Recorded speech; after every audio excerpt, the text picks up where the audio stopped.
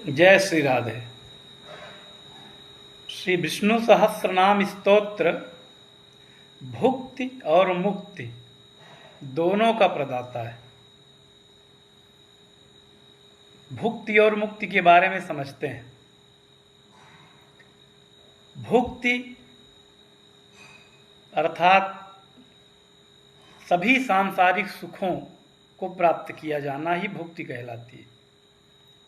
अर्थात संसार में रहकर समस्त सुखों को प्राप्त करना भुक्ति कहलाती है। जैसे धर्म, अब भुक्ति के 4 प्रकार हैं। जब तक चारों प्रकार पुरुषार्थ के सुख नहीं प्राप्त होते तब तक पूर्ण भुक्ति नहीं मिलती। प्रथम धर्म, अर्थात इसी संसार में रहकर इसी शरीर के माध्यम से अधिक श्री भगवान नाम जप करके हम समस्त धर्म को प्राप्त कर सकते हैं।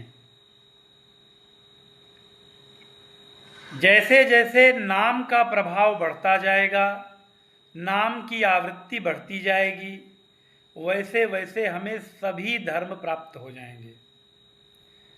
नाम के प्रभाव से नाम जपते जपते हम समस्त तीर्थ यात्रा सुगमता से कर लेंगे। ऐसे संयोग बनते चले जाएंगे।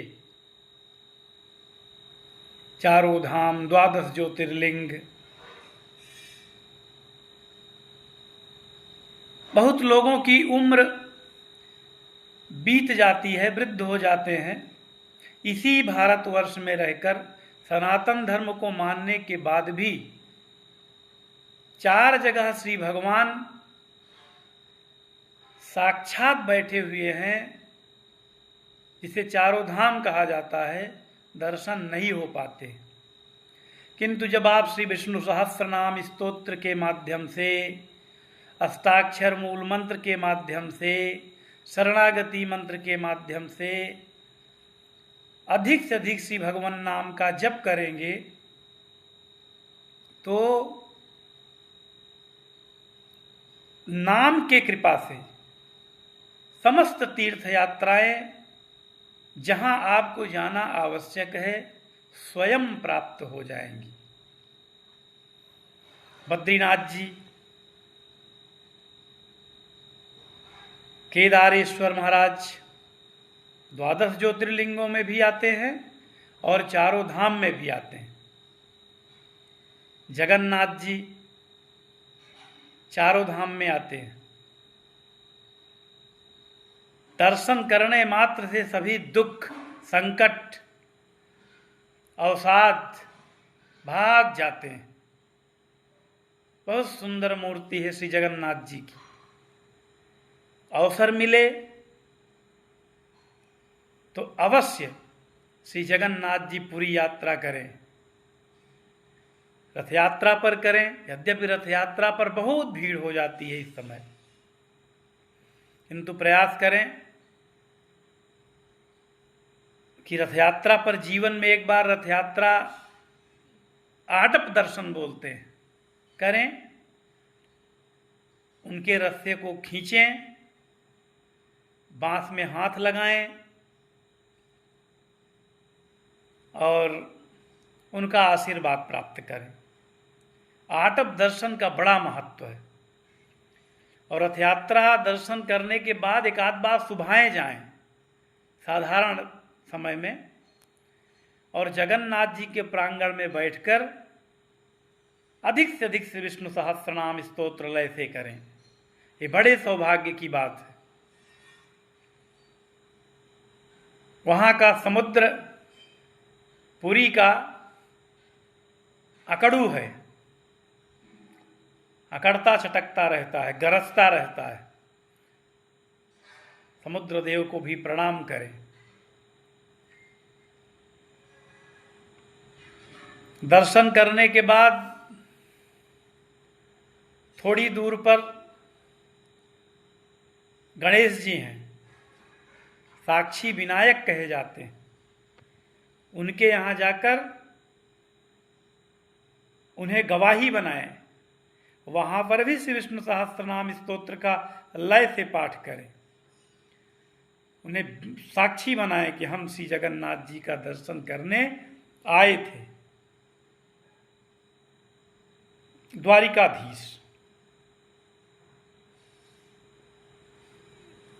तो ये चारों धाम कहे जाते हैं। इन चारों से विग्रह का दर्शन करना भी मानव जीवन का पुरुषार्थ है।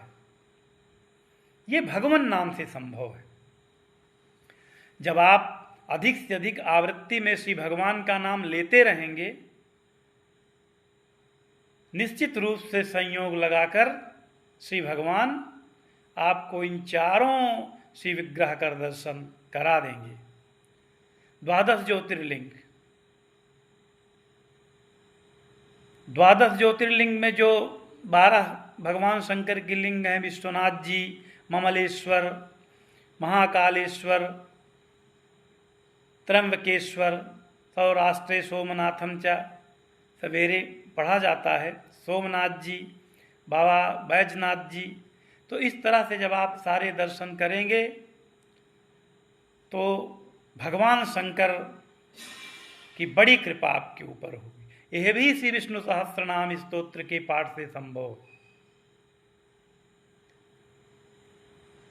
तो ये धर्म है। वृंदावन, चित्रकूट, अयोध्या जी, वाराणसी, कांचीपुरम, हमारे आराध्य इष्ट तिरुपति बालाजी आदि आदि जितने धर्म स्थान हैं, इन सभी स्थानों पर श्री भगवान नाम की कृपा से पहुंच सकते हैं। ये तो धर्म हो गया। और भगवान नाम की कृपा से तमाम दान पुण्य आदि करेंगे। अर्थ, लक्ष्मी जी नारायण सहित निवास करेंगे इस विष्णु सहस्त्रनाम और इन सब माध्यम से, अष्टाक्षर, मूल मंत्र, शरणागति मंत्र के प्रभाव से इतना धन होगा कि उलीचते रहेंगे, दान करते रहेंगे, लक्ष्मी जी आती रहेंगी। यह अर्थ है। काम, पुत्र, पौत्रादि जन बल से घर भरा रहेगा। धर्म, अर्थ, काम, काम का अर्थ यही है, पुत्र पौत्रादि, और मोक्ष। मोक्ष मुक्ति में आ जाता है, भुक्ति और मुक्ति। तो ये तीनों तो भुक्ति में आए और मोक्ष मुक्ति में आ गया।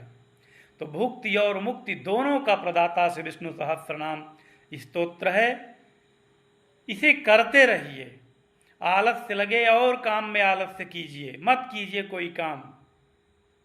संसार के हजारों काम छोड़कर श्री विष्णु सहस्त्रनाम का पाठ कीजिए।